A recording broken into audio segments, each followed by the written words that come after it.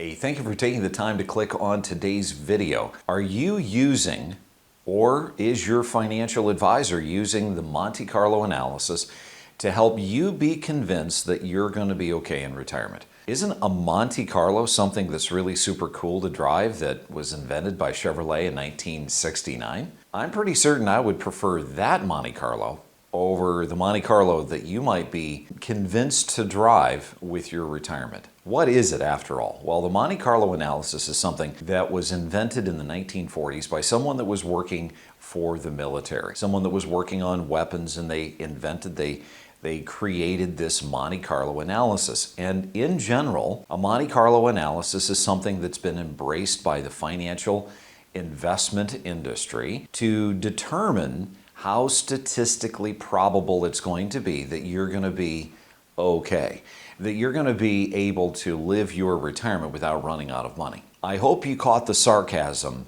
in the okay part, because again, this is all statistics. This is all statistical hypothesis that is being embraced by the financial industry to convince you that you're going to be okay. And let me ask you, do you really want to just be okay? Or would you prefer to have a retirement that gave you confidence to know that you were going to be able to do everything that you wanted to do? You see, the Monte Carlo analysis is basically taking an algorithm and a statistical probability of the certain mixture of investments that you have. Maybe you have some stock funds, maybe you have some bond funds.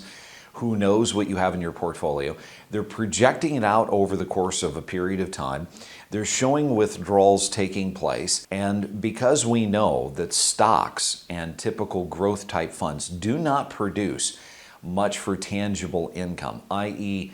dividend income, interest income, they know that they're having to utilize your principal. They're having to depend upon capital gains and appreciation. Over the course of time, are we going to be okay? Well, we don't know. We don't know if we're actually going to get capital appreciation. If you've been an investor for any length of period of time, you know that the market is not a static place. You know that the market is a very emotional place. We can turn back the clock to 2020 and we can see absolute example of that, where when there's a black swan event, there's uncertainty. Guess what?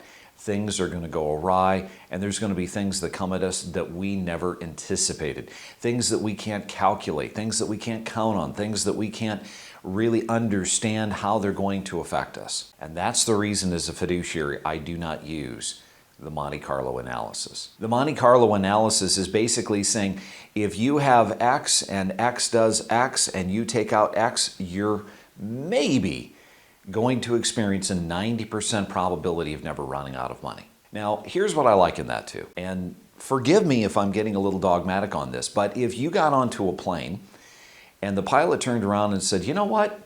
There is a 90% probability that we're going to be able to make it to Phoenix today. Are you going to stay on that plane?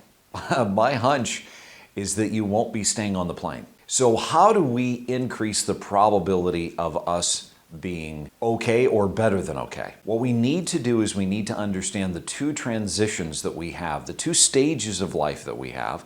The first stage is the accumulation stage. That's the stage in which we are younger, we're trying to save money, we're trying to compound money, we're trying to grow our retirement savings. And then we finally get to that transitional period where we're going to retire. And when we retire, we get into the distribution stage of our life. And in the distribution stage of our life, that's the stage of life that we want to enjoy. That's the stage of life in which we need income. And the reality is this, that we need to be able to have a predictable, dependable, steady stream of income. How do we do that for ourselves? In the same way that the growth tool, the growth stock, the growth fund got us to where we are, doesn't mean that it's going to be the best suited tool to get us through the distribution stage of our life. And this is where we have to be very, very careful to be, well, very articulate on what we select to invest our money in, what we invest in. You see, when we get to the distribution stage of our life, we need to be focused on investing for income, because that's what our goal is now. We need income. So what do we need to do? We need to be able to make transitions away from things that are designed for appreciation and we need to start focusing on things that are going to be more designed for distribution.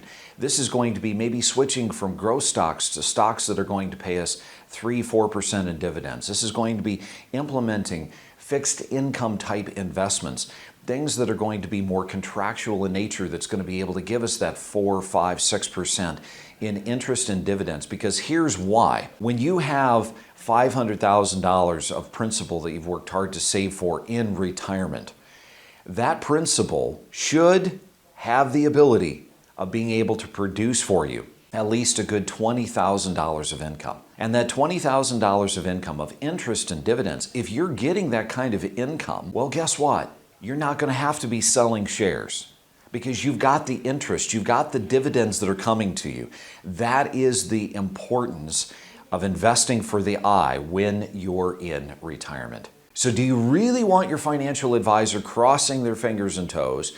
Do you really want to be counting on putting all of your faith, hope, and expectation in something that is a statistical probability that you're going to be okay, you're going to be, you should, if everything holds together, be okay? Or do you really want to stack the deck in your favor and be able to invest for that which you need so as to be able to preserve your principal and have the income that you need? This is what fiduciaries do. So I thank you so much for watching today's video. Hopefully it was a challenge to you. Maybe you learned a little something new. And by the way, it's an afterthought, but you know what? If I've got enough income in retirement and I don't have to cannibalize my principal to get that income, guess what I can do?